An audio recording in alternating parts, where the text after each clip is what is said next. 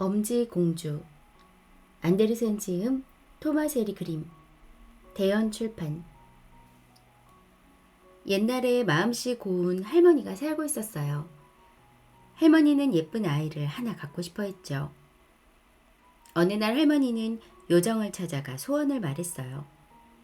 그러자 요정은 할머니에게 씨앗 한 토를 주며 말했어요. 이 씨앗을 화분에 심으면 소원이 이루어질 거예요.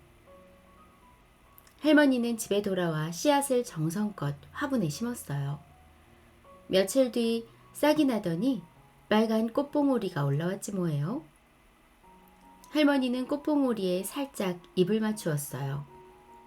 그 순간 꽃봉오리가 활짝 피어나더니 꽃 한가운데에서 엄지손가락만한 작은 소녀가 나타났어요. 할머니는 이 소녀를 엄지공주라고 불렀죠. 할머니는 엄지공주를 아주 귀여워했어요. 공주가 손짓 발짓을 할 땐 눈을 가늘게 뜨고 사랑스럽게 바라보았어요. 할머니는 엄지공주를 위해 호두껍질로 작고 예쁜 방을 하나 만들어 주었죠. 방 안의 침대에는 제비꽃을 깔아 포근하게 꾸며놓고 장미꽃으로 만든 이불을 덮어주었어요. 그리고 연못도 하나 만들어 주었어요. 엄지공주의 연못은 바로 작은 그릇이었죠. 할머니는 또 튤립꽃을 따다가 배를 만들어 주었어요. 엄지공주는 하루 종일 배를 타고 즐겁게 놀았어요. 엄지공주는 할머니의 따뜻한 보살핌을 받으며 행복하게 지냈죠. 어느 날 밤 엄지공주가 호두껍질 속에서 자고 있을 때였어요. 무섭게 생긴 아빠 개구리 한 마리가 창밖에서 엄지공주를 들여다보고 있었죠. 정말 귀여운 아이군. 며느리로 삼아야지. 아빠 개구리는 엄지공주가 자고 있는 호두껍질을 등에 지고 연못에 있는 집으로 갔어요. 아들아, 네 신부감을 데려왔다. 개구리 가족은 엄지공주를 신기한 듯 쳐다보았어요. 엄마 개구리는 엄지공주가 도망가지 못하게 연못 한가운데 있는 연잎 위에 호두껍질을 얹어두라고 말했어요. 결혼을 할 때까지 잘 붙잡아 두어야 한다. 아들은 호두껍질을 등에 업고 헤엄쳐서 연잎 위에 내려놓았어요. 하지만 엄지공주는 무슨 일이 일어났는지도 모른 채 깊은 잠에 빠져 있었죠. 다음 날 아침 잠에서 깬 엄지공주는 깜짝 놀랐죠. 주위를 둘러보니 넓은 연못이었거든요. 어찌 된 일일까? 누가 나를 이곳에 데려왔을까? 엄지공주는 소리내어 울기 시작했어요. 그때였어요. 엄마 개구리와 아들 개구리가 나타났어요. 이 아이가 너의 신랑이란다. 어젯밤 널 며느리로 삼으려고 이곳으로 데려왔단다. 엄마 개구리가 말했어요. 그건 안 돼요. 할머니에게 돌아가야 돼요. 집 걱정은 하지 말아라. 여기도 살기가 아주 좋단다. 엄지공주는 너무 놀라 아무 말도 못했죠. 결혼 준비가 끝나면 데리러 오마? 엄지공주는 슬퍼서 하염없이 울기만 했어요. 이 모습을 본 물고기들은 엄지공주가 너무 불쌍하다고 생각했어요. 그래서 엄지공주가 도망칠 수 있도록 도와주기로 했어요. 물고기들은 엄지공주를 태운 연잎을 입에 물고 헤엄을 쳤어요. 엄지공주와 연잎은 강물을 따라 멀리 떠내려갔죠. 엄지공주는 마음 놓고 물고기를 따라 강으로 갔어요. 새들도 노래를 부르며 엄지공주를 따라왔어요. 그런데 엄지공주는 숲속의 풍뎅이들에게 들키고 말았어요. 예쁘게 생겼는데? 풍뎅이들은 엄지공주를 안고 자기 집으로 데리고 갔어요. 엄지공주는 무서워서 벌벌 떨기만 했어요. 풍뎅이는 꽃에 꿀을 따주며 엄지공주에게 잘 보이려고 애를 썼어요. 얘들아, 내 색시가 되래야. 정말 예쁘지? 풍뎅이가 친구들에게 자랑을 했어요. 그러나 풍뎅이 친구들은 고개를 갸우뚱했죠. 다리도 둘밖에 없고 날개도 없잖아. 풍뎅이는 친구들이 놀리자 엄지공주를 국화꽃 위에 내려놓은 채 어디론가 날아가 버렸어요. 정말 다행이야. 그런데 이제 혼자 어떻게 지내지? 엄지공주는 국화꽃 위에 웅크리고 앉아 눈이 퉁퉁 붓도록 울었어요. 여름 동안 엄지공주는 숲에서 혼자 살게 되었죠. 엄지공주는 꽃에 꿀을 따서 아침 이슬과 함께 먹었어요. 그러다 밤이 되면 풀줄기로 짠 침대에서 잠을 잤어요. 이윽고 추운 겨울이 찾아왔어요. 새들은 따뜻한 나라로 날아가고 나뭇잎도 모두 떨어졌어요. 엄지공주가 처음 맞이하는 겨울이었죠. 첫눈이 내리면서 숲도 하얀 눈으로 덮였어요. 이러다 얼어 죽고 말겠어.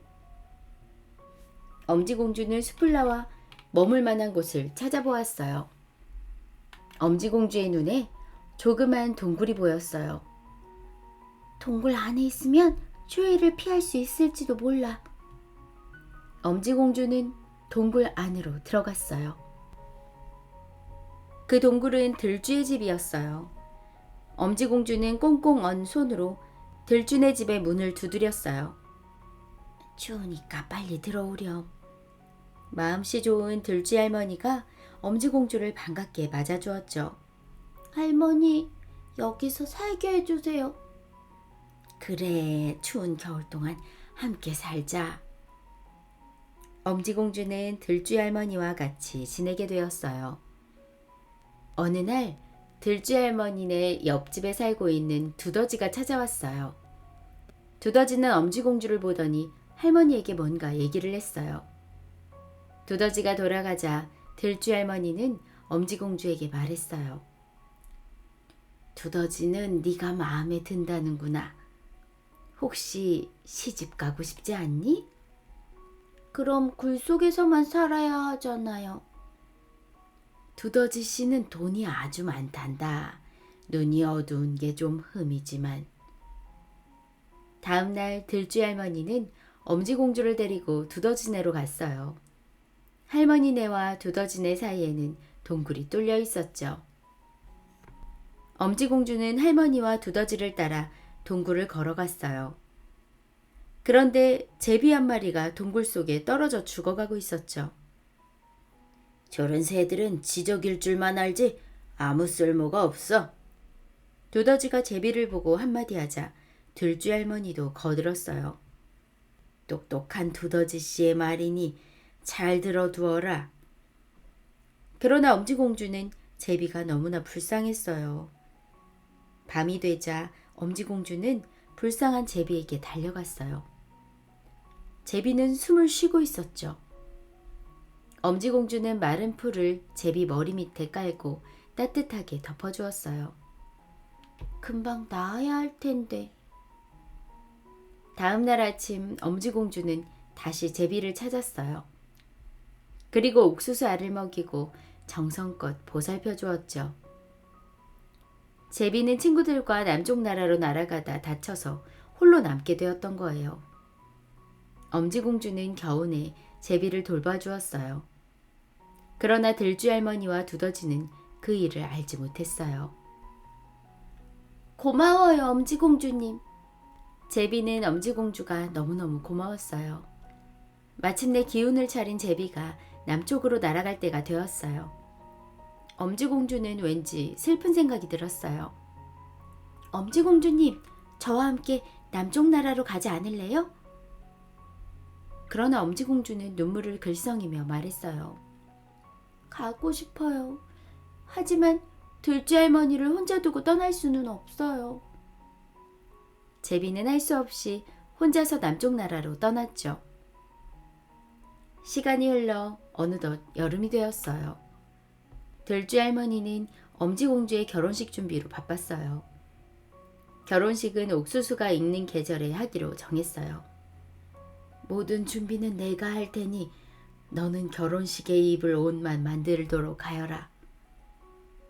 엄지공주는 두더지에게 시집가는 게 싫었지만 은색 거미줄로 옷을 만들기 시작했어요.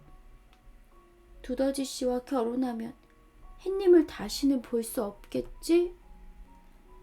엄지공주는 결혼 전에 한 번만이라도 햇볕을 보고 싶었어요. 그래서 들쥐 할머니에게 이야기를 하고 들판으로 나왔죠. 엄지공주는 자꾸만 눈물이 나왔어요. 그때였어요. 치지베베, 치지베베. 지난 겨울 엄지공주가 돌봐주었던 그 제비였어요. 제비도 엄지공주가 두더지와 결혼한다는 것을 알고 있었어요. 하기 싫은 결혼은 안 해도 된답니다. 제가 남쪽에 있는 꽃의 나라로 데려다 드릴게요. 제비는 엄지공주를 업고 쉬지 않고 하늘을 날아갔어요. 남쪽 나라에 도착하자 햇님이 밝게 빛나고 여러 가지 꽃들이 아름답게 피어 있었죠. 제비는 아름다운 성의 높은 기둥 위에 내려앉았어요. 제가 사는 집이랍니다. 공주님은 성 안의 정원에서 살면 될 거예요. 제비는 하얀 꽃잎 위로 엄지공주를 데려다 주었어요. 엄지공주는 꽃의 나라에 온 거예요.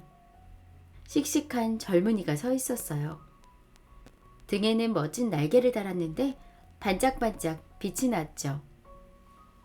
그 젊은이는 꽃의 나라 왕이었어요. 왕은 엄지공주를 반갑게 맞아주었어요. 엄지공주도 왕을 보고 첫눈에 좋아하게 되었죠. 저와 결혼해 주십시오. 공주님이야말로 꽃들의 여왕입니다. 좋아요. 결혼하겠어요. 엄지공주는 행복해서 꼭 꿈을 꾸는 것 같았어요. 꽃밭의 요정들이 결혼을 축하해 주었어요. 제비가 노래하는 축하음악도 들려왔어요. 엄지공주는 왕에게 무지갯빛 날개를 선물로 받았어요.